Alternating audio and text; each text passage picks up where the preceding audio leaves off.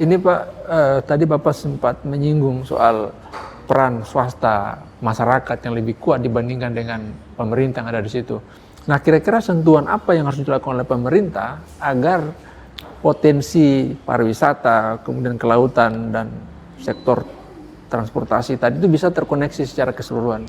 Bagian mana kira-kira yang harus diambil Kalau menurut pemerintah? pemerintah fokus pada infrastruktur bandara Ya, dengan sistem fasilitas itu saja. ya, Yang kedua, pelabuhan. ya. Ya. Yang lainnya, Hmm, promosi nggak usah pemerintah.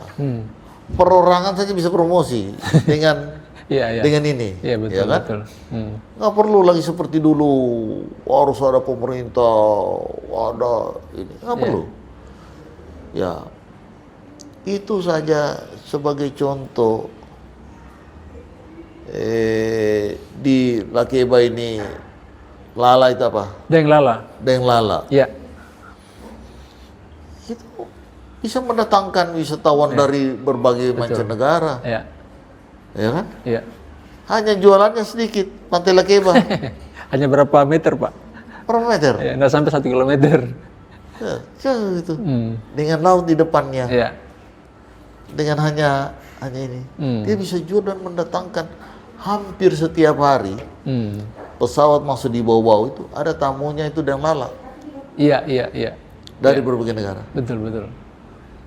Nah, pertanyaan kita, yang lembaga-lembaga yang dikasih tugas untuk itu sudah berapa didatangkan? Iya, iya. Ini berarti kekuatan swasta, Pak ya? Hah? Kekuatan swasta ini, Pak.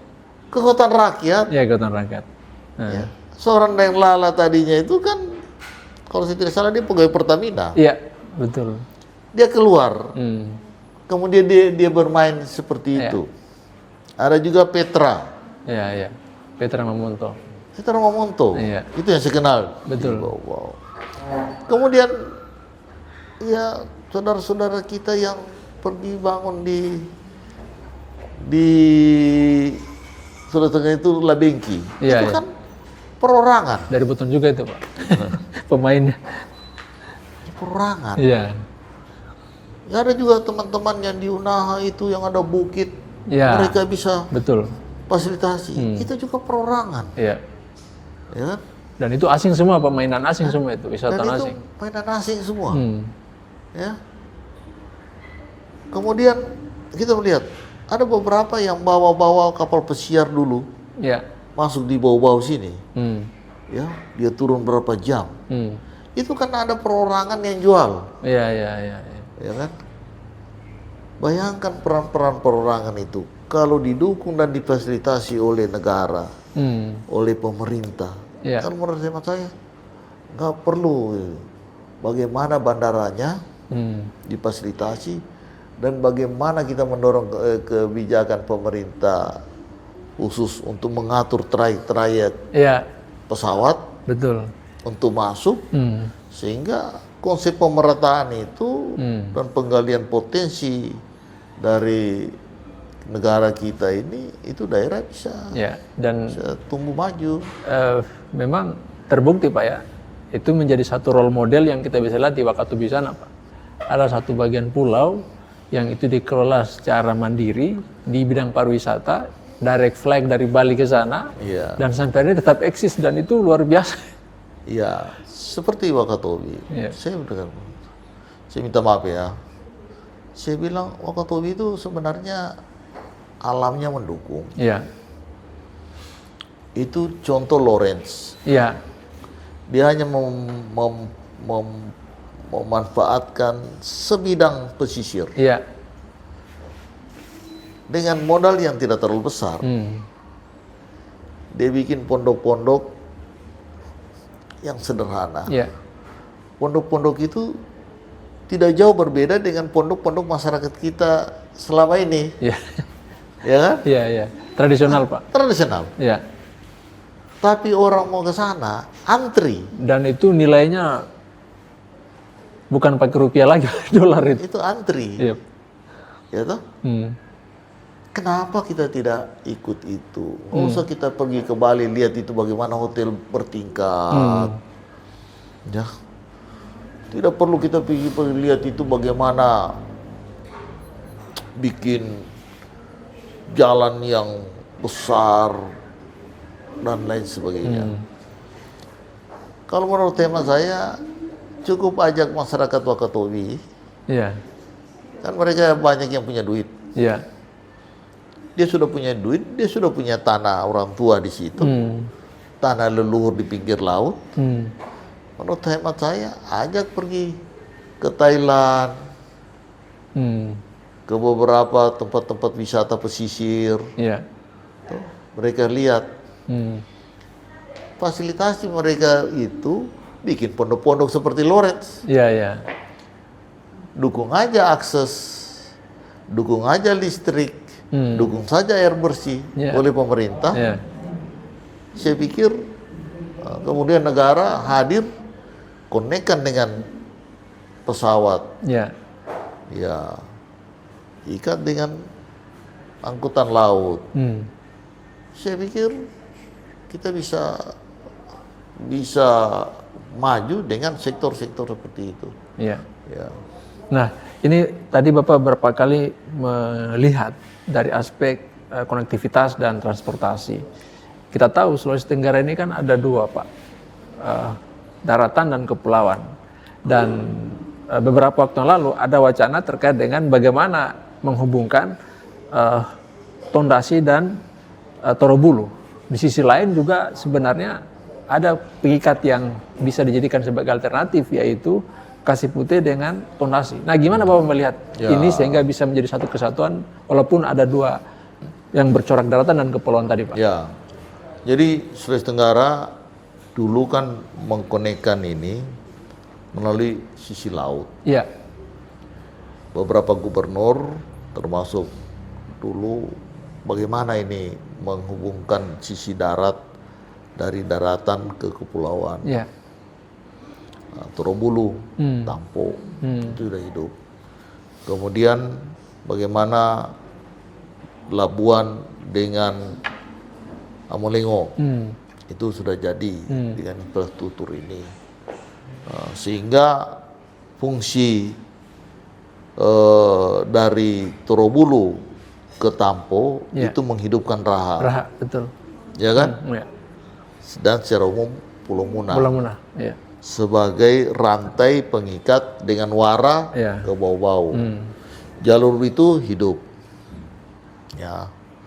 Kemudian bahwa dinamika Sulawesi Tenggara yang tadinya wilayah-wilayah pedesaan kecamatan, sekarang dia beralih menjadi kabupaten. Iya. Torobulu bagian daripada Konawe Selatan, Kasipute, Kabupaten Bombana. Kasipute yang tadinya itu wilayah Buton, itu kan punya koneksitas dan punya peran mendukung Bau-Bau dari beberapa komoditas, ya. Kemudian dari sisi pergerakan dengan adanya jalan Kolaka Utara, Sulawesi Selatan, maka ada peran-peran supply bahan-bahan ekonomi untuk melayani Sulawesi Tenggara. Dia melintas, dia lewat Torobulu, dia lewat Amolengo. Ya. Padahal ada potensi baru yang perlu dipertimbangkan betul. Dan sebenarnya ini sudah jalan. Saya pernah naik feri Kasipute Tondasi. Dan itu feri swasta. Tingkat kenyamanannya. Saya heran kalau dia berhenti. Ya. Berarti swasta sudah lihat ada potensi. Ya. Nah, ini mungkin menurut hemat saya kita dekatkan. Jadi tidak semua yang melintas dari Sulawesi Selatan itu dia lewat Kolaka, Unaha, Temba, Labuan, Amolengo, baru Labuan. Tidak harus seperti itu. Tapi bisa dia lantas masuk Bombana, terus Kasipute, masuk Tondasi, Tondasi tembus Bau-Bau. Bisa. Dan sebaliknya itu menghidupkan Muna Barat. Sehingga kemungkinan ke depan pusat distribusi Sulawesi Tenggara itu berada di 2 kabupaten itu, Buton Tengah dan Muna Barat.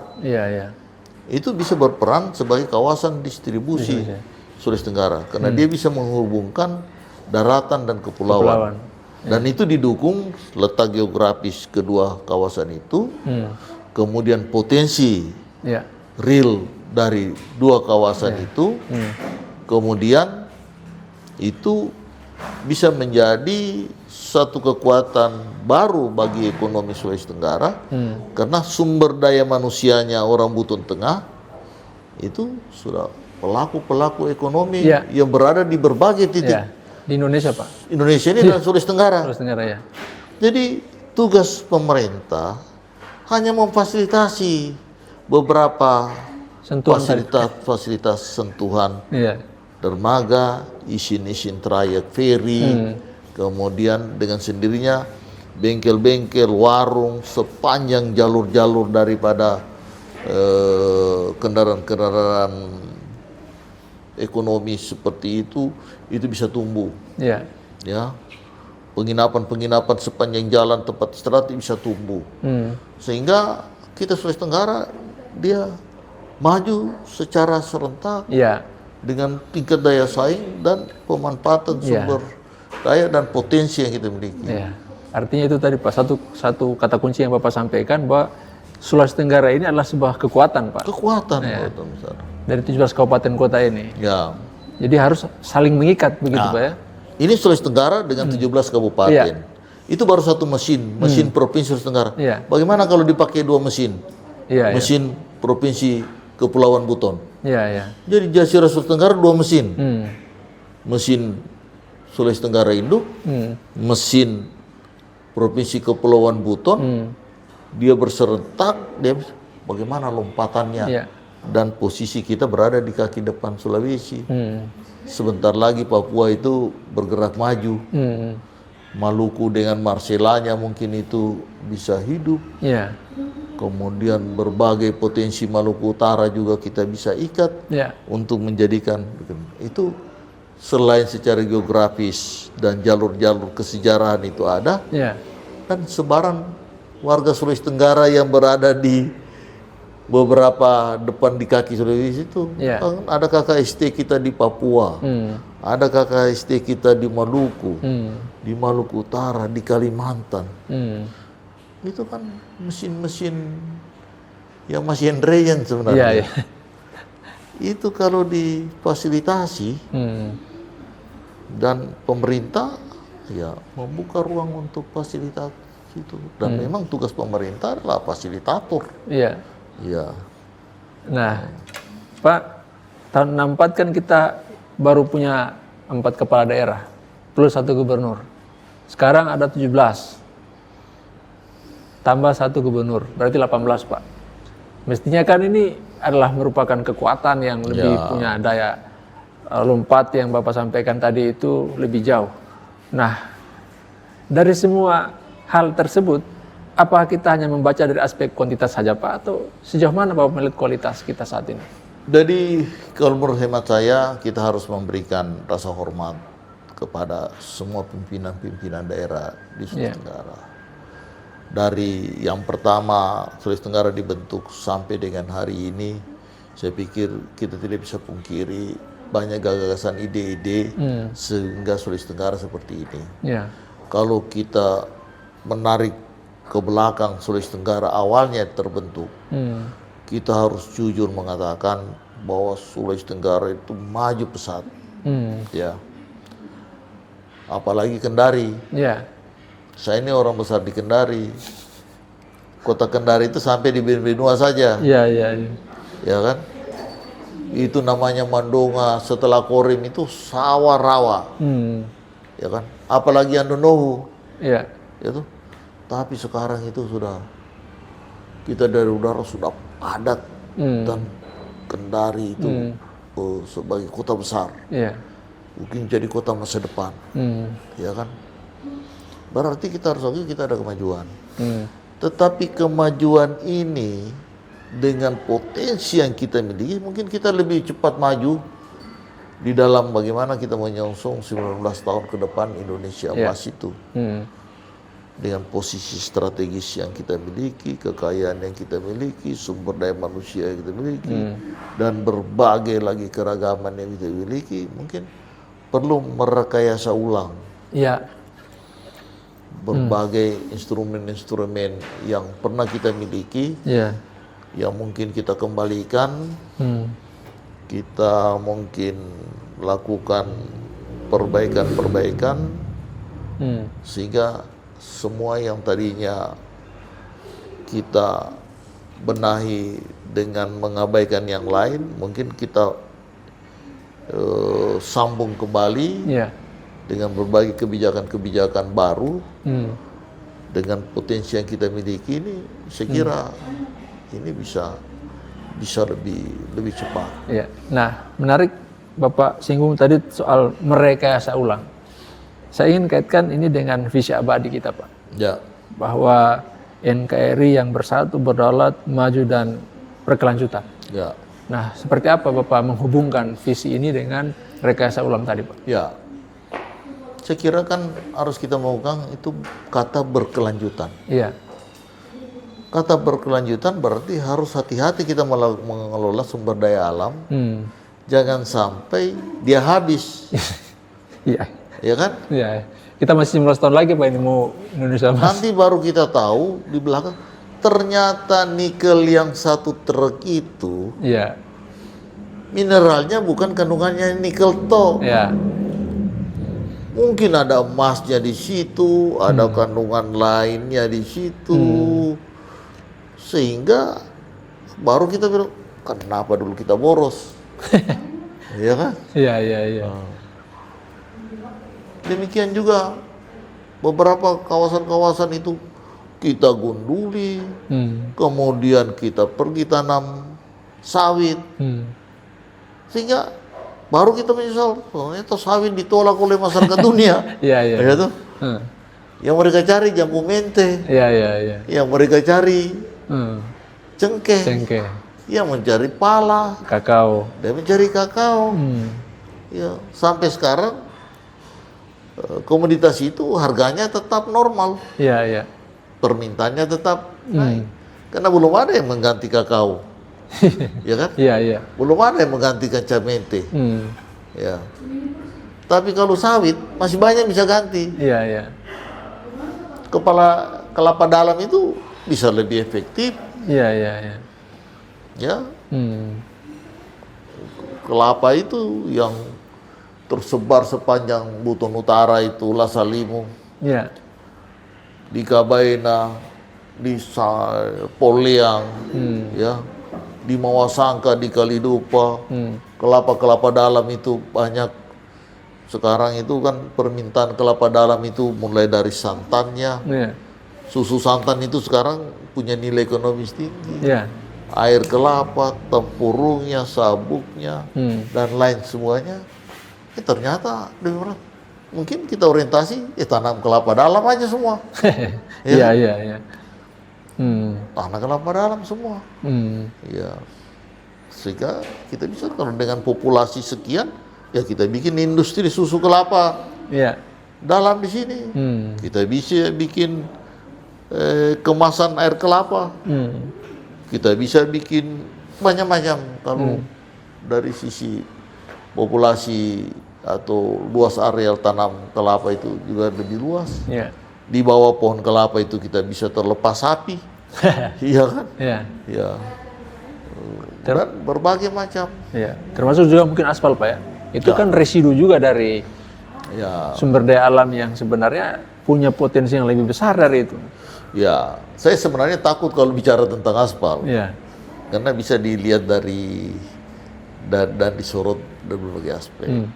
Tetapi kalau menurut hemat saya, kalau sebenarnya sudah ada kebijakan, kan sekarang kan untuk mengaspal di Sulawesi Tenggara ini kan harus ada kandungan aspal buton juga kan? Betul. Ada sekian persen itu ada, langkah itu ada. Cuma sebenarnya yang sudah ada yang kelola aspal kita. Tapi siapa yang kelola di sana? Iya. Ya, bukan BUMD-nya juga kita. Terus saya tanya, itu Pemda Buton didapat apa dari kelola aspal yang di situ? Iya. Karena kita jalan di Buton juga banyak jalannya yang belum beraspal. Iya. Ya, berubah. Ya, tapi ya itu, minta maaf saya singgung seperti itu. Tapi hemat saya, kita kembali dulu bahwa tidak ada ciptaan Tuhan yang sia-sia. Iya. Ya, cuman kita belum tahu. Iya. Dulu kita tahu itu aspal Buton, ya hanya untuk jalan. Jalan, betul. Ya toh. Tapi mari kita bertanya, dunia yang besar ini, ada berapa tempat yang ada aspalnya? Iya, betul. Ya kan? Hanya 2, Pak. Trinidad. Yang terbesar di Pulau Buton. Buton, ya. Ya. Kan pertanyaan itu, fakta itu harus menjadi renungan. Kalau bagi saya, ya bagaimana kalau kita melihat itu ampas kelapa? Iya. Itu kan boleh kata residunya, kan? Iya, betul. Sudah diperas. Itu pun bernilai, Pak. Itu pun bernilai. Coba kamu tarik ke belakang itu tentang Aspal tadi, Pak. oh iya, aspal itu.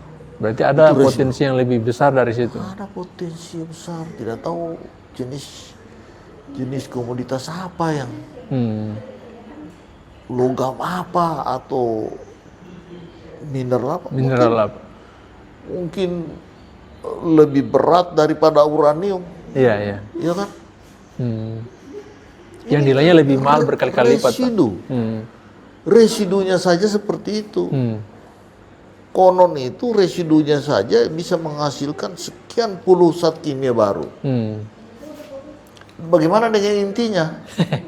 Iya. Ya Artinya itu tadi, Pak. Kita jangan terburu-buru ini dalam melihat semua potensi yang kita miliki. Menurut catatan yang saya pendengar bahwa aspal Buton itu dikelola pertama tahun 1924. Iya. Ya kan?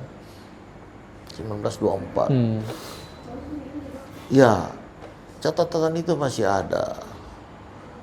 Kemudian pada waktu dikelola oleh PAN itu tahun berapa? Iya. Yang jelas masih segar, masih orang tua kita Pak Manarpa masih punya peran besar. Kalau saya tidak salah dipimpin terakhir itu oleh yang rektor yang Sultan sekarang. Iya. Pak Samsul kan? Kamar. Samsul Kamar. Saya tahu ceritanya. Tapi kan harus kita lihat bahwa dari rantai panjang ini baru kita menemukan bahwa itu hanya aspal untuk jalan.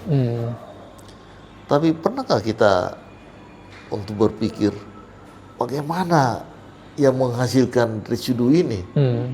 Itu kira-kira zat apa yang residunya aspal? Iya. Mungkin ada yang punya nilai ekonomi tinggi, sehingga kalau kita kembali pada cerita-cerita orang tua di Buton, bahwa negeri ini akan dia terbuka kalau sudah ada 19 bendera kalau saya tidak salah. Iya. Ya kan? Itu perlu dikaji, Pak. Dikaji itu. Itu bahasa apa yang orang-orang tua sampai sudah punya cara begitu? Apakah ini bagian daripada bahwa di balik aspal ini ada nilai yang sangat tinggi yang belum kita dapatkan? Nah itu, mari kita kelola residunya saja ini dengan arif bijak, jangan terlalu terburu-buru. Ya, kita anukan dulu, belajar lebih dalam untuk menggali potensi yang sesungguhnya daripada di balik residu ini. Iya. Pak, menarik tadi Bapak menyinggung soal segala potensi yang kita miliki dari aspek pertanian, kelautan, pertambangan, pariwisata. Namun selama ini kita belum melihat hadirnya sebuah industri atau pabrik yang itu dalam skala besar diletakkan di Sulawesi Tenggara, Pak. Bapak dulu sempat menyinggung bagaimana potensi Pulau Muna, Buton Tengah yang akan dijadikan. Nah, gimana Pak melihat terkait dengan masa depan ke arah situ untuk bisa menciptakan industri ini? Justru itu sebenarnya bukan kita ingin menyalahkan, tapi kita berpikir yang rasional. Kita 62 tahun jadi provinsi. Iya, Pak. Kita memiliki potensi aspal alam di atas permukaan, bukan di betul. bawah permukaan ini, di atas permukaan. Tentu ada beberapa instrumen yang harus dilakukan. Kita berandai-andai. Kalau industrinya itu ditaruh mendekati bahan baku, ya kan harus kita hitung. Yang pertama kita hitung bagaimana mendatangkan itu mesin. Pertanyaan saya, sudah pernahkah kita buat pintu masuk untuk lahirnya industri di kawasan kita, seperti bikin dermaga atau membentang lahan yang siap untuk kawasan industri terbangun, atau di dalam tata ruang kita sudah tercermin itu dari tahun ke tahun? Saya kira kita belum memiliki peta yang bagaimana peta itu untuk memfasilitasi potensi-potensi yang kita miliki. Satu. Yang kedua, ya di dalam orientasi untuk meletakkan suatu industri kan harus dilihat bagaimana seefisien mungkin daya dukung lain. Sudah berapa besar energi pembangkit kita untuk mendukung industri? Betul. Listrik apa yang kita berikan itu? Listrik yang ada di tempat kita ini kan semua bahan baku diesel semua, ya kan? Didorong oleh mesin. Paling yang tenaga airnya itu berapa itu? Air jatuh, air terjun, seperti itu. Jadi menurut hemat saya memang banyak yang harus kita siapkan. Apakah dia ada di luar? Bagaimana pendukung tenaga kerja kita? Sudah siap nggak? Untuk itu, saya menurut hemat saya, jangan terburu-buru. Terburu-buru. Yang sekarang kita dukunglah pengaspalan, untuk itu sudah ada komponen aspal beton.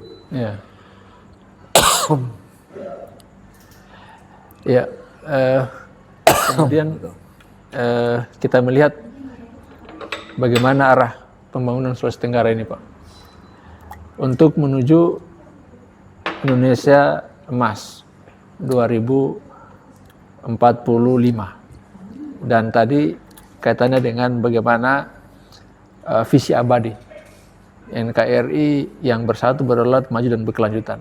Kata kuncinya bahwa kita ini mau berkelanjutan ke depan. Nah, kira-kira apa poin penting yang mesti kita siapkan hari ini, Sulawesi Tenggara ini, untuk bisa menuju Indonesia Emas tadi, setelah kita tadi bicara soal bagaimana dua mesin tadi, antara daratan dan kepulauan, dalam hal Kepulauan Buton, sehingga kita melihat masa depan itu lebih cerah dan tadi itu Pak, kita memiliki lompatan tadi. Ya, yang pertama Sulawesi Tenggara ini kan 17 kabupaten. Wilayahnya kawasan, daratan, dan kepulauan. Kalau kita bicara dengan manajemen pemerintahan, kita ini rentang kendalinya jauh. Dan kita bisa melihat bahwa ada ketimpangan. Kita harus jujur. Ketimpangan. Ketika ibu kota itu dikendari, maka tentu faktanya daratan itu jauh lebih cepat maju. Ya kan? Kepulauan yang tadinya 62 tahun yang lalu, itu kepulauan lebih maju daripada daratan. Iya. Pada waktu kita memulai jadi provinsi. Ya toh? Sekarang daratan jauh lebih maju. Iya. Ya. Kata kunci yang harus mungkin kita jawab bersama, sepakat bersama, bahwa Sulawesi Tenggara ini kalau mau cepat maju, jangan satu mesin berada di Kendari. Kita harus pakai 2 mesin, 2 body,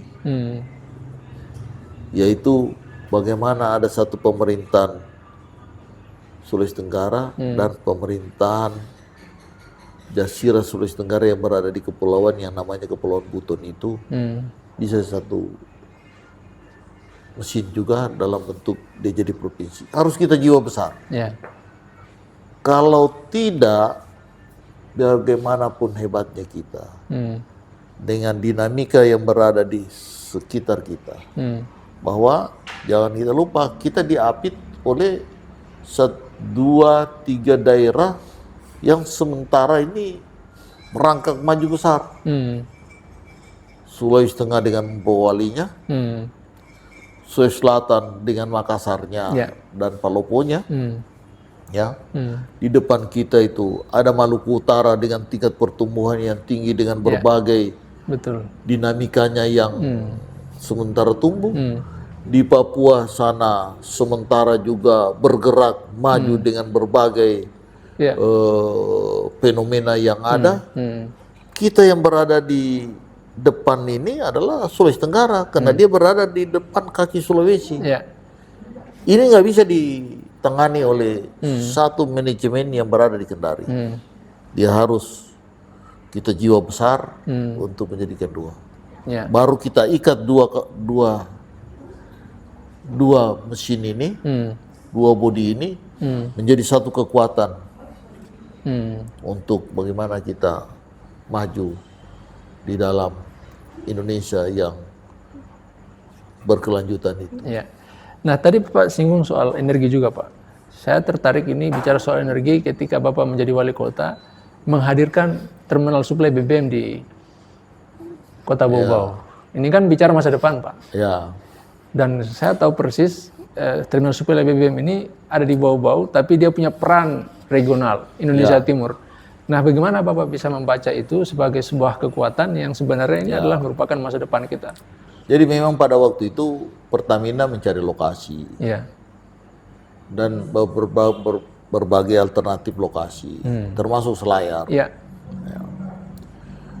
Kemudian jujur saya katakan bahwa Selayar juga punya potensi dan kedudukan yang cukup kuat untuk menjadi terminal supplier pada waktu itu. Saya sebagai wali kota pada waktu itu menantang Pertamina.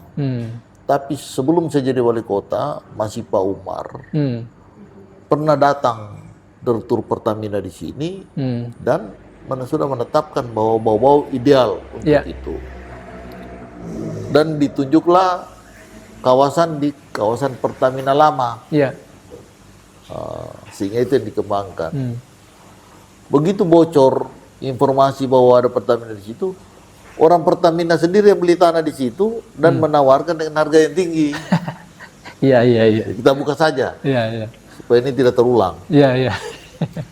Ketika Pertamina mau masuk, menawarkan melihat tempat, sudah harga tinggi.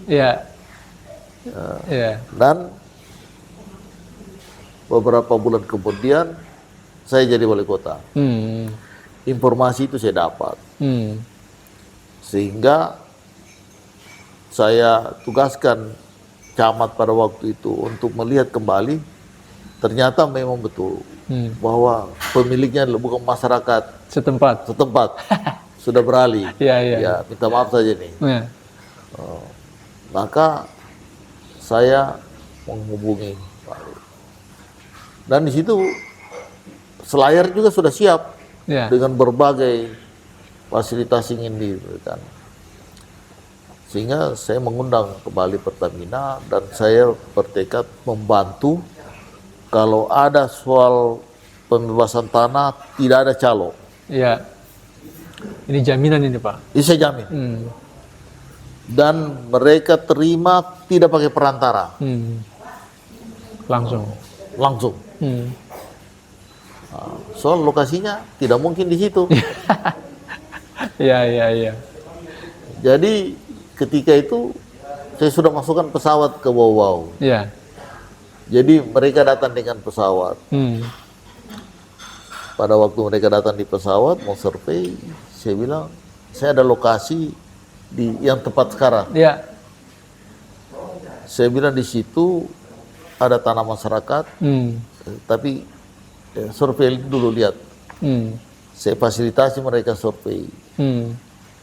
Setelah mereka survei, dimenangkan layak. Dan dia tidak berkedudukan lurus dengan landasan pacu Bandara Betobari. Iya.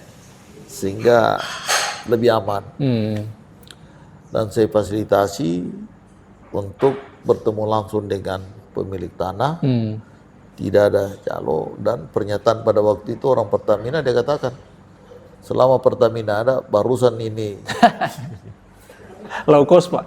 low cost. Ya. Sehingga hadirlah Terminal supply BBM. terminal supply itu dengan protokol. Iya.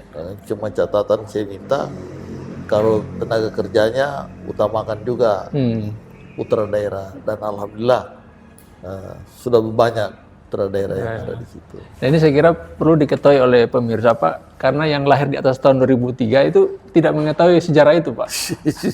Padahal ini kan penuh perjuangan ini sampai bisa menghadirkan itu di sana. Ya. Karena ini lobbynya juga sudah bukan main-main ini Pak. Oh itu, dan ada pengalaman ketika kita diskusikan ini dengan Menteri Lingkungan Hidup pada waktu itu, salah satu deputinya mengatakan dengan berbagai kajian bahwa ada risiko lingkungan dari hadirnya terminal seperti itu, sehingga itu dalam diskusi ingin diperdalam.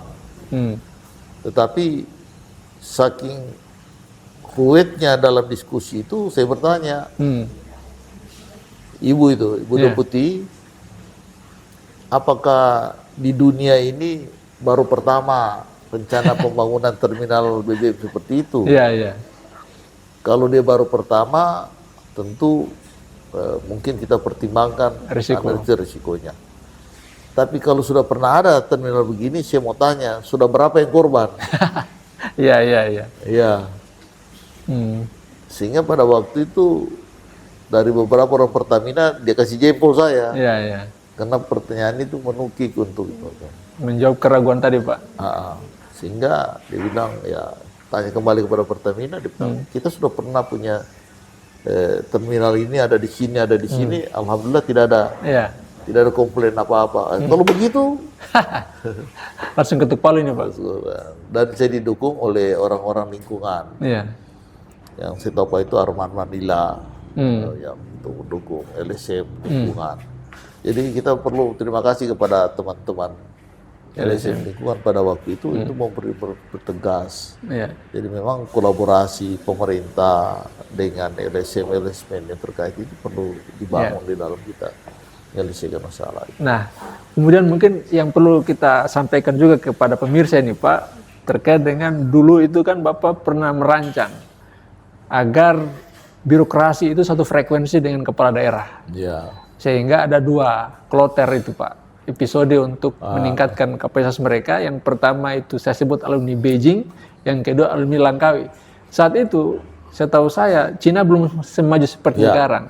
Masih di belakang Amerika, tapi sekarang Cina tapi waktu itu Pak, Bapak tidak membawa mereka ke Eropa atau ke Amerika, tapi ke Cina malah. Nah ini seperti apa? Mungkin ini untuk berbagi juga kepada pemirsa dan yang lain Pak soal itu.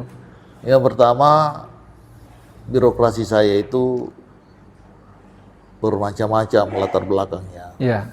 Baik dari sisi disiplin ilmu maupun dari pengalaman serta tempatnya dia sekolah. Iya. Ada yang sekolah di Jawa, ada yang sekolah di Kendari, ada yang sekolah di Makassar, dan ada yang tidak pernah sekolah di luar. Iya, iya. Iya kan? Iya, iya. Itu adalah birokrasi kita. Kalau saya bicara, saya pidato untuk mengarahkan bahwa kita perlu begini-begini, masing-masing punya respon yang berbeda. Iya, iya. Sehingga saya pada waktu itu mengambil kesimpulan, ternyata metode pidato berkata-kata itu tidak terlalu tepat untuk membangun satu cara pandang yang sama. Yeah. Maka saya bawa dulu ke Beijing. Cina. Ke Cina. Yeah. Di sana di Cina itu kita bisa bayangkan bagaimana di Cina itu membangun, ya. Dan sementara merancang mereka, memang. Betul. Masih di bawah Amerika, Pak. Masih jauh. Yeah. Tetapi yang pertama disiplin, kemudian bagaimana jalan yang bagus, bagaimana sehingga satu pengalaman yang mereka saksikan. Bagaimana kita buat pantai kemali, langsung tanam pohon kelapa. Sudah besar, Pak. Dan hari itu sudah berbuah. Iya, iya, iya. Dan itu saya kasih lihat di beberapa tempat. Di Cina, di Hong Kong. Dia akar-akarnya, Pak. Itu. Terus bagaimana kita membuat ruang publik? Di ruang publik itu minim konflik. Ya. Ya. Ketimbang lorong-lorong. Iya, iya. Iya, iya. Jadi pola kota dengan banyak lorongnya gang itu potensi konflik. Iya. Anak lorong 1 lawan anak lorong 3. Iya. Itu sering ada. Untuk itu bau-bau ini kan sudah banyak lorongnya. Iya, iya, iya. Dan belajar kita dengan konflik Ambon. Iya. Bahwa kita perlu ada ruang netral. Nah, itulah kita buat Pantai Kamali. Iya. Nah, itu satu. Kemudian untuk kita menghindari aset masyarakat di pesisir bau-bau itu, Jalan Yosudarso dan sekitarnya itu beralih fungsi. Iya. Karena kita tahu bahwa kaitan fungsional yang dekat antara pelabuhan dengan daerah belakang pelabuhan itu koneksitas fungsionalnya selalu aset masyarakat yang dekat pelabuhan itu jadi tempat karaoke atau panti pijat. Iya, iya. Iya. Beralih fungsi itu aset-aset masyarakat. Sehingga untuk menghindari terjadinya alih fungsi karena kaitan fungsional pelabuhan dengan aset masyarakat itu, maka kita buka ruang kawal. Saya kira kalau di depan aset masyarakat dekat pelabuhan ada ruang publik, tidak mungkin ada ruang karaoke di situ, ada panti pijit di situ, karena ada pengawasan keramaian ini, Pak. Keramaian di situ, ini tidak mungkin. Sehingga saya beri keyakinan bahwa harus kita atasi cara ini, dan ya alhamdulillah aset masyarakat itu tetap mempunyai nilai ekonomi yang bagus. Dan birokrasi paham, masyarakat paham, dan mungkin sebagai informasi juga bagi pemirsa sekalian, setahu saya Pak yang dibawa ke sana itu ujung karirnya itu paling mentok eselon 2. Bahkan ada yang jadi pejabat kepala daerah seperti Pak Konstan dan almarhum Pak Mustari, itu kan karirnya sampai itu semua beliau tangan dinginnya ini beliau sampai masuk dalam kloter tadi itu, Pak. Nah, kemudian yang terakhir Pak, ini kaitannya dengan bagaimana Bapak mengkoneksikan Bau-Bau sebagai sister city dari Korea Selatan, sehingga Bau-Bau itu naik kelas, bukan hanya menjadi kelas atau calon ibu kota Cape Town, tapi juga menjadi skala dunia. Mungkin itu bisa Bapak ceritakan di sini, Pak. Jadi begini, pada tahun 2007, tapi sebelumnya itu ada 2006, kita melakukan simposium internasional tentang penaskahan. Itu 17 negara yang hadir. Dan itu pada waktu untuk simposium itu ada 3 daerah yang berebut. Kutai, Palembang, Kota Bau-Bau. Dan tidak ada Bau-Bau, Surabaya. Jadi ketika itu Kutai berkeras, Palembang berkeras, dan memang memenuhi syarat sekali untuk mereka. Saya masuk menawarkan penaskahan karena memang pada waktu itu banyak mahasiswa dan dosen-dosen dari Malaysia yang melakukan kunjungan untuk mencari naskah-naskah yang ada di masyarakat. Ada begitu itu singkat saya. Sehingga ini saya katakan kebetulan naskah-naskah itu banyak kan di rumahnya Pak Mulku. Sehingga saya bilang kita memenuhi syarat untuk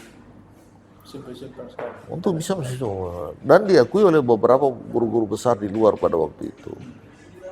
Saya tawarkan dengan berbagai fasilitas dan perjuangan. Sudah kita pakai baca-baca apalah sudah disetujui. Alhamdulillah. Tapi sebelumnya itu kami minta Profesor Kim.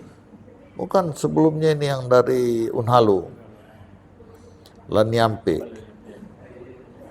Kita tugaskan bagaimana beliau bisa mengambil naskah-naskah Buton di perpustakaan Belanda. Dan alhamdulillah sampai dengan mikrofilmnya itu diambil oleh, dan Lanyampe menyampaikan kita banyak naskah. Dan alhamdulillah jadi. Di situ hadir juga beberapa profesor dari Korea. Itu 2006. 2007 itu ada informasi 2008. Datanglah tim Korea ke Bau-Bau. 4 orang, profesor, doktor. Untuk melihat, ini NGO. Dia ingin melihat bagaimana Korea itu ke depan. Ada 2 ancaman Korea Selatan itu. Ancaman Korea Utara dengan musim dingin yang terlalu panjang. Di satu sisi usia harapan hidup mereka naik. Sudah sampai 70 tahun lebih. Sehingga ada satu cara pandang Korea bahwa ancaman Korea Utara itu perlu menyelamatkan generasinya Korea di luar. Yang dipilih pada waktu itu di Afrika dan Filipina. Karena ada profesor yang ikut di simposium itu menyatakan ada satu kota, daerah di Indonesia yang namanya Bau-Bau. Itu cerita awal. Sehingga menarik mereka datang. Terus mereka berkunjung ke Bau. Ya, salah satu doktor yang ikut hadir dan menjadi ketua rombongan adalah turunan dari Raja Sijang. Turunan dari Raja Sijang dikenal sebagai raja yang melahirkan aksara Hangul. Dia itu turunan 21. Tiba di sini, strategi saya, karena dia turunan raja, maka saya minta dengan hormat Pak Wakil Wali Kota almarhum Pak Halaka. Saya bilang, ini sama-sama kalian turunan raja. Darah biru, Pak. Darah biru. Bapak yang jemput. Dijemput dengan Pak Halaka. Setelah itu dibawa ke ruangan saya di Palagimata. Di Palagimata itu kita sudah siapkan yang tadinya di ruangan saya itu televisinya Sharp. Iya. Saya suruh ganti Samsung. Samsung ya. Mobil juga Pak. Ketika juga menjemput, saya larang pakai Toyota. Iya. Saya bilang kebetulan ada mobil Pragio itu pada waktu MTQ, Pak Gubernur Ali Masih mewajibkan kita membeli mobil Korea. Jadi kita punya 2 mobil Korea. Saya bilang jemput pakai mobil Korea. Dapat itu. Jadi, begitu mereka turun, dia naik mobil Korea. Begitu di ruang saya, Samsung. Jadi Korea minded ini ya ceritanya. Tapi ketika mau telepon ke tempatnya bahwa mereka sudah sampai, ada keterbatasan. Teleponnya nggak bisa. Kebetulan telepon saya bisa untuk telepon ke luar negeri. Telepon saya itu mereknya Samsung. Jadi di situ nyambung bahwa ada Korea minded. Jadi itu. Singkat cerita, berbagai potensi saya gambarkan, perkenalkan bagaimana budaya Buton, bagaimana aksara Buton, Arab Gundul. Tapi saya bilang bahwa di sini ada beberapa etnis, salah satunya Cia-Cia. Ternyata ada beberapa kata atau huruf di Cia-Cia itu tidak bisa terwakilan dengan aksara Latin maupun aksara Arab. Tapi dia bisa diucapkan dengan aksara Hangul. Itulah sehingga kita perlu melestarikan bahasa Cia-Cia. Karena bisa saja bahasa Cia-Cia ini penuturnya hari ini banyak, bisa saja bahasa Cia-Cia ini punah karena tidak terdokumentasi. Salah. Itu landasan berpikir kita pada waktu itu, sehingga menurut hemat saya perlu kita lestarikan bahasa Cia-Cia ini. Nah, itu perhitungan pertama. Perhitungan kedua, bahwa Korea adalah negara yang mempunyai investasi cukup besar di Indonesia dengan mendekatkan industri-industri yang bisa dikembangkan di Indonesia maupun mungkin itu industrinya dikembangkan di Korea. Tentu mereka bisa menyerap tenaga kerja. Salah satu karakter saudara-saudara kita di Cia-Cia itu adalah perantau, pencari kerja, sehingga mendekatkan dengan pola pendekatan kita meminta aksaranya jadi bahasa tulisan untuk Cia-Cia, sekaligus mendekatkan secara emosional agar ketika anak-anak Cia-Cia ini mencari pekerjaan di berbagai perusahaan-perusahaan asing, itu bisa diterima karena mereka sudah bisa baca huruf Hangul. Dan ketika kita baca huruf, bukan belajar bahasa Korea, belajar Hangul. Jadi tulisan yang di sekolah-sekolah kita jadikan muatan lokal itu mendapatkan tulisan Hangul tapi bahasanya Cia-Cia. Seperti itu untuk melestarikan. Momentum ini sebenarnya bisa kita gunakan sebagai satu instrumen daya tarik untuk wisata.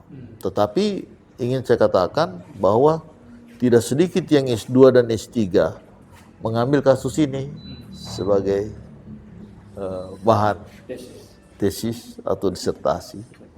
Ya, sehingga secara sederhana ingin kita katakan bahwa Cia-Cia itu sudah masuk dalam diskusi global. Dan ini salah satu rantai pengikat kita masa depan. Mungkin sebelum ke pertanyaan terakhir Pak, dengan semua strategi ini kan berarti telah membuat Bau-Bau ini bukan sebagai daerah otonom, Pak, tapi dia latihan untuk menjadi calon ibu kota provinsi. Artinya dia ini perannya bukan lagi peran daerah otonom tingkat 2, tapi sudah calon ibu kota. Berarti kan gimana Pak ini Bapak melihat arah kota Bau-Bau ini sehingga bisa memainkan peran itu yang sudah Bapak letakkan fondasi sejak awal tadi? Jadi kalau kita bicara secara kewilayahan, Bau-Bau itu bukan nanti kita jadi wali kota baru dia peran ke pemerintahan. Ya. Bau-Bau ini sudah mengantarkan Buton yang besar ini dalam sejarah panjangnya sebagai satu kawasan yang punya peran-peran strategis di masanya. Ya. Kami datang sebagai kepala daerah sebenarnya dengan membaca potensi sejarah panjangnya daripada bumi Bau-Bau itu sendiri. Bahwa di Bau-Bau inilah yang sebagai wilayah administratif raja-raja Buton itu berkedudukan di sini. Ya. Ya. Dia mempunyai peran-peran yang besar. Sampai diplomasinya yang begitu kuat, kita tidak masuk dalam bahwa kita dijajah Belanda. Ya kan? Itu kan ada peran-peran kepemerintahan yang kuat. Dari data itu, maka kita menganggap bahwa di sini ada potensi kepemimpinan dan harisma dari kewilayahan yang perlu kita ramu dalam satu konsep bagaimana kedudukan Bau-Bau sebagai satu daerah kota dalam konteks kepemerintahan administratif, tetapi dia juga bisa kita jadikan dan memang harus diperankan sebagai pusat pergerakan kewilayahan dari sejarah panjangnya Kepulauan Buton itu sendiri. Sehingga dalam konteks kekinian, dia harusnya sebagai suatu wilayah administratif otonom sendiri, sebagai daerah provinsi. Kalau kita ingin lebih bangun dalam konteks Sulawesi Tenggara, saya kira kita harus untuk sepakat bersama bahwa Sulawesi Tenggara ingin maju, saya kira harus dua mesin, mesin daratan dan mesin kepulauan untuk mengantar Sulawesi Tenggara yang punya posisi strategis dan sejarah panjang seperti itu. Nah, mungkin terakhir Pak, apa yang Bapak mau sampaikan kepada masyarakat yang ada di Sulawesi Tenggara pada saat usianya yang saat ini ke 62 tahun menuju hari ulang tahun Indonesia yang ke-81 dan menuju Indonesia Emas 19 tahun lagi pada tahun 2024. Apa yang Bapak mau sampaikan? Ya, saya ingin mengatakan bahwa April yang lalu 62 tahun Sulawesi Tenggara sebagai provinsi dengan berbagai kelebihannya. Tetapi di balik kelebihan itu ada mungkin kita bisa katakan hal-hal yang perlu kita hadirkan ke depan. Nah, kita harus jujur bahwa Sulawesi Tenggara itu maju dari tahapan-tahapan yang dengan sekian kepala daerah gubernur. Kita tidak mengatakan bahwa gubernur ini yang terbaik, semua kita anggap terbaik. Sudah melahirkan. Tetapi tantangan kita ke depan jauh lebih besar. Yang pertama, bahwa infrastruktur Sulawesi Tenggara ini belum bisa memberikan dukungan fasilitas untuk gerak dinamika ekonomi Sulawesi Tenggara yang begitu potensial. Yang kedua, ada beberapa perlu dipertimbangkan kebijakan di dalam pengelolaan sumber daya alam yang dimiliki Sulawesi Tenggara, jangan terlalu terburu-buru. Harus dalam kajian-kajian yang benar-benar bisa menghasilkan bahwa ini memang sudah bisa dilakukan eksploitasi maupun hal-hal lain. Karena kita tahu bahwa dengan pengelolaan sumber daya alam seperti nikel yang hari ini memberikan suatu tanda tanya besar juga, karena hampir di sekitar areal tambang itu ada penurunan kualitas lingkungan dari masyarakat yang ada di sekitarnya. Dan ini jadi tantangan yang harus menjadi pemikiran bagi kita semua. Yang terakhir, saya kira perlu kita mempertimbangkan Sulawesi Tenggara ini bukan saja karena sumber daya alam yang bisa kita eksploitasi sebagai komoditas nasional maupun global, tapi ada potensi yang tidak kalah besarnya, yaitu menjadikan Sulawesi Tenggara itu tujuan untuk berkunjung, baik itu untuk wisata maupun tujuan-tujuan penelitian dari berbagai potensi yang dimiliki. Kalau kita buka ruang itu untuk tujuan-tujuan penelitian akademis dari berbagai potensi Sulawesi Tenggara, maka orang-orang dunia yang berkarakter keilmuan itu bisa hadir untuk menggali potensi real yang kita miliki. Yang kedua, karena tingkat kesejahteraan, kemakmuran, dan informasi dunia dengan hadirnya elektronik yang begitu pesat maju, orang di belahan dunia lain itu dia ingin memanfaatkan hidupnya berkunjung di berbagai tempat. Ya, pergerakan orang kalau kita amati, salah satu instrumen pembangunan negara adalah itu pariwisata. Di Eropa, di mana mereka itu menggunakan instrumen pariwisata untuk membangun negaranya. Kita punya potensi itu. Sulawesi Tenggara seperti di awal saya katakan bahwa kita punya 6 lapangan terbang. Dan itu fungsional.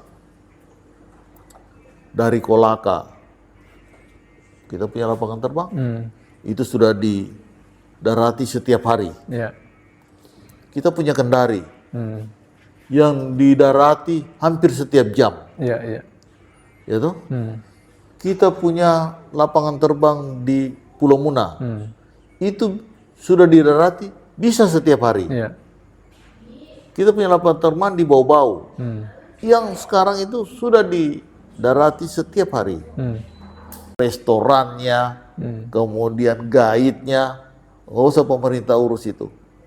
Itu diperankan oleh masyarakat, dan itu punya daya serap tenaga kerja yang tidak kecil. Saya kira itu yang bisa dikembangkan.